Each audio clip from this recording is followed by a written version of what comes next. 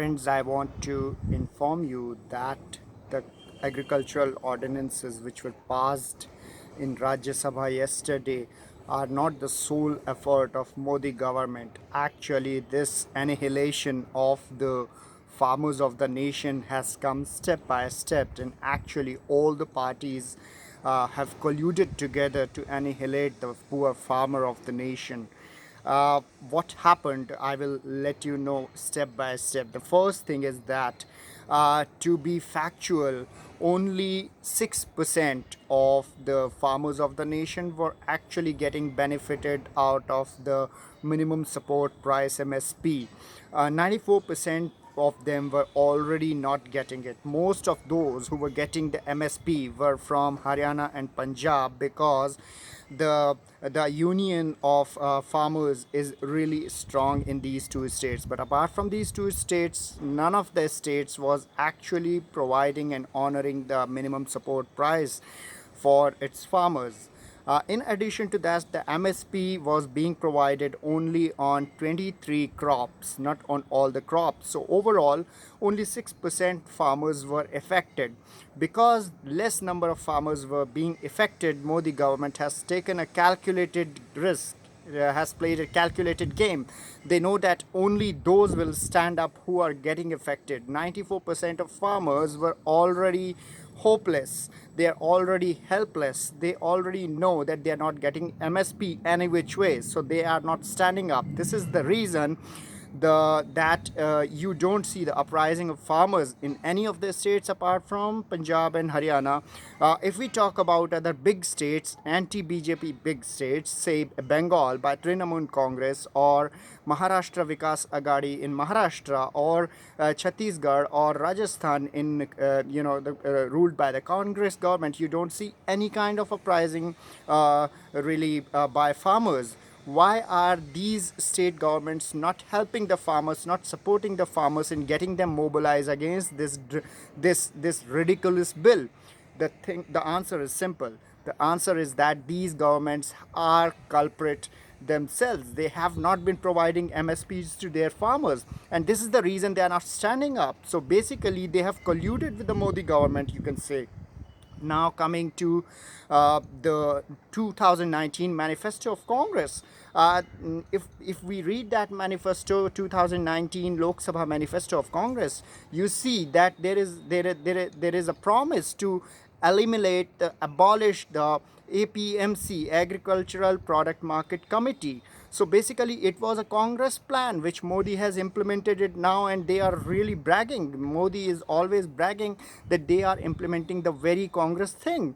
So basically, the Congress manifesto has become a shield to Modi government. So basically, we see that what Congress is writing, Modi is following. It's not the first time. So basically, we see that both the Congress and the BJP governments are running on the same league. They are walking the same, they are treating the same path and fooling the people. So the change of government doesn't matter actually. It's only that the Modi government has accelerated this thing. Now we discuss what happened yesterday in Rajya Sabha. Rajya Sabha is the upper house of the national parliament, and when this ordinance, which was passed by Lok Sabha, the lower house, it was presented into the house. Only 3 hours of debate happened, and after that debate, when the voting was called for, actually few of the opposition members wanted, they said that this bill, before converting it into a law, a part of constitution, it should be sent back to a inquiry committee, which investigates everything before implementing this bill, which will affect a large number of farmers across the India. It will impact the whole agricultural economy of India. So that's why they said that it should be sent back to the inquiry committee for proper scrutiny. But the government overruled it. The leader of the speaker of the house actually overruled it, whereas he shouldn't. He generally would allow it to be scrutinized well. And after that, when the voting happened, surprisingly, it was a voice vote. In voice vote, you never get to know who voted for and who voted against. So basically, it was a sinister plan by Modi Modi government to save its hidden supporters like YSRCP in Andhra Pradesh, BJD in Odisha, and TRS in Telangana, JJP, which is now quite open in Haryana.